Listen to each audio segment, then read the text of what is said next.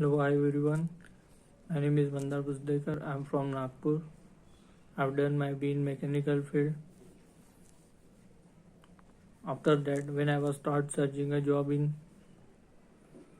I got the information about the eVision from the Naukri.com.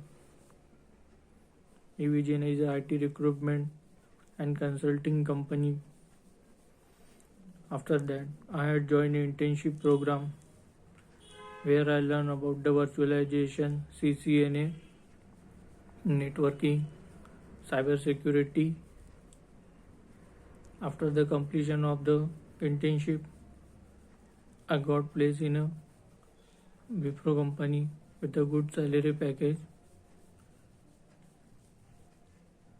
I sincerely say thank you to eVision who helped me to build up my career in IT field, and especially say thank you to Ganesh sir, my coordinator, and overall group of the eVision who helped me to get the job in IT field. So thank you eVision.